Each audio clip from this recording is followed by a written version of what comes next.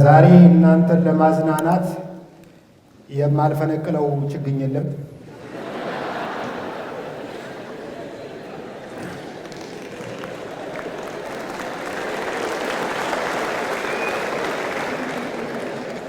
አንዳንዴ ሳስበው እንደየዘመኑ ሁኔታ ማሻሻያ የሚያስፈልጋቸው ብዙ አባባሎችና ተረቶች ያሉ ይመስለኛል። ለምሳሌ በጥቅምት አንድ አጥንት የሚል የሐኪም ትእዛዝ የሚመስል ምሳሌ አለ። ይሄ እንግዲህ ያኔ አባቶቻችን ጠቦት በግ ሲገዙ ሙክት ፍየል ይመረቅላቸው በነበረበት ዘመን ላይ ያገለገለ አባባል ነው። አሁን ትርጉም የለውም። ዛሬ በጥቅምት አንድ አጥሚት በሚል ልንተካው እንችላለን። እንደምታውቁት የኢትዮጵያን ሕዝብ ድሃና ሀብታም ብሎ መክፈል ከድሮ ጀምሮ የነበረ ነው። ከቅርብ ጊዜ ወዲህ ደግሞ ድሃው በአንድነት ተደራጅቶ እንዳይታገል ድሃና የድሃ ድሃ ብለው ለሁለት ከፍተው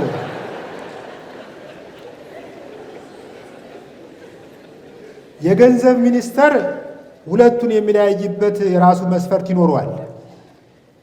የእኔም መስፈርት ብትጠይቁኝ ዛሬ ለዚህ ሾው ቪአይፒ ትኬት መቁረጥ የተሳነው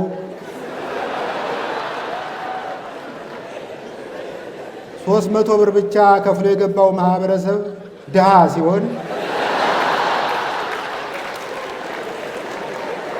ጭራሽ ያልገባው የድሃ ድሃ ነው።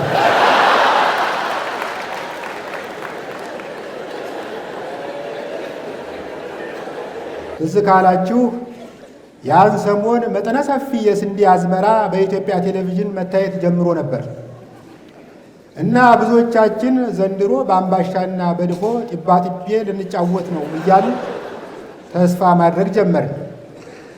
ብዙ አልቆየም። ኢትዮጵያ ያመረተችውን ስንዴ ወደ ኬንያ ኤክስፖርት ልታደርግ ተፈራርማለች የሚል ሰበር ዜና ወገባችንን ሰበረው። እምገርም ነው፣ እምደንቅ ነው። ለነገሩ ያኔ ባለስልጣኖች በየማሳው እንደ ወፍ ማስፈራሪያ እየቆሙ ፎቶ ሲነሱ አላማረኝም ነበር።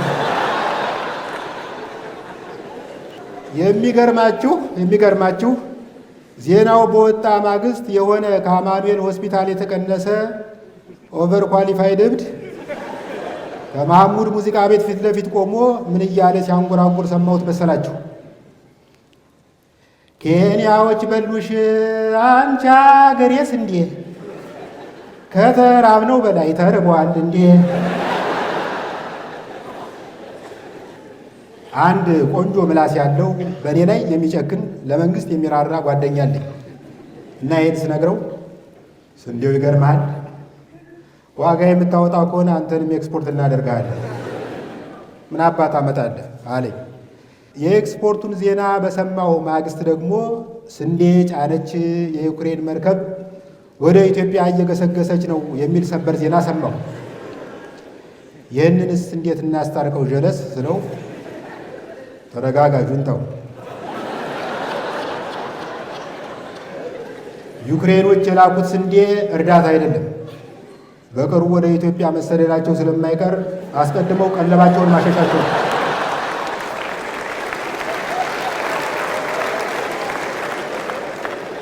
ሰሞኑን ከበድ ያለ ነገር እየገጠመን ነው።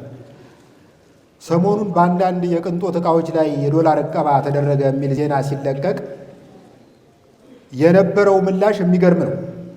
በእርግጥ አንዳንዱ ሁኔታውን ለአንጀባ እየተጠቀመበት ነው።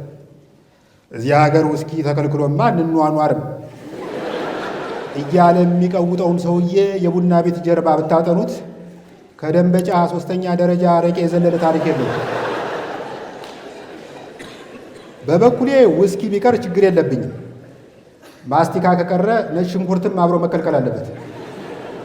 ቸኮሌትና ቸብሮሌትም ድሮ በነፃነት መለሰ ጊዜ የቀሩ ነገሮች ናቸው።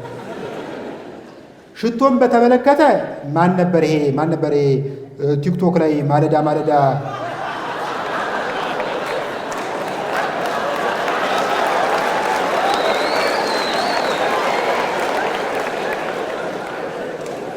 ማን ነበረ ቲክቶክ ላይ ማለዳ ሽቶ የሚጠቀመው ሳይሆን ሽቶ የሚጠመቀው ሞዴል ባለ ሀብት እሱን ይጭነቀው እንጂ እኔ ሲፈጥረኝ መላ ሰውነቴ ሉባንጃ ነው። ሜካፕ የቅንጦት ዕቃ ተብሎ መከልከሉ ግን አገሪቱ አደገኛ መስቀለኛ መንገድ ላይ መሆኗን የሚያመለክት ይመስላል። እንዴ ለብዙ እህቶቻችን ሜካፕ የቅንጦት ሳይሆን የሞት ሽረት ዕቃ እንደሆነ እናውቃለን። ከፈለገ ምግብ ለምን ጥንቅር ብሎ አይቀርም? ከፍትፍቱ ፊቱ ይባላል እኮ። እኔ ግን እላለሁ ያለ ቅመም ፍትፍቱ ያለ ፓውደር ፊቱ ትንሽ የሚከብድ ይመስለኛል። በዚህ ምድር ላይ ካልተቀባባ አትጠባበስም፣ ካልተጠባበስ ማህበረሰብ አይቀጥልም። በነገራችን ላይ የመልክና የሜካፕ ጉዳይ የሴቶች ጣጣ ብቻ ከመሰለን ተሸውደናል። አሁን የሽበት ማዳፈኛ ቀለም መግባት ሲያቆም ከብዙ ወዳጆቻችን ጋር መንገድ ላይ መተላለፋችን የሚቀር አይመስለኝም። ግሽበትና ሽበት አንድ ላይ እየመጡ ነው። አንድ ጓደኛ አለኝ።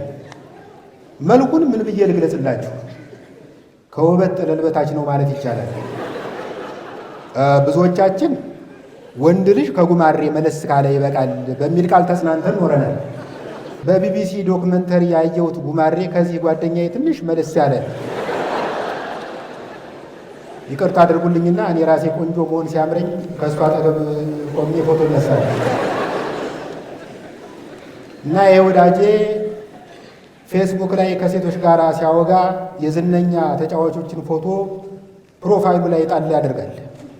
በአጭሩ የሩኒን ለምድ የለበሰ ጀንጃይ ነው።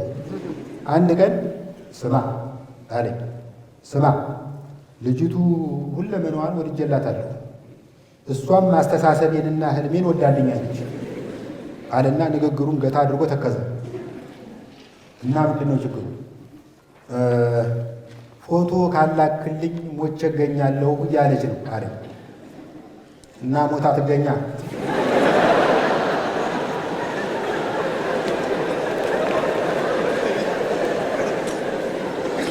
ስለው ተው እባክህ ይልቅ ደህና አድርገህ አንሳኝና ልስደድላት አለና ስልኩን አቀበለኝ። ስልኩን አቀብሎኝም እንደ ዱላ ቅብብል ሯጭ ፈንጠር ብሎ ቆመ። ከዛ ያነሳሁትን አየና አይ ይሄ እንኳን ሰልፊ መሰለ፣ ትንሽ ራቅ ብለህ ታነሳኛ ይሻል። በዚህ አይነት እኔ ስቀርበው እሱ ሲርቅ፣ እኔ ስቀርበው እሱ ሲሸሸኝ፣ እኔ አዲስ አበባ እሱ ኦሮሚያ ክልል ሆነን ቆመ።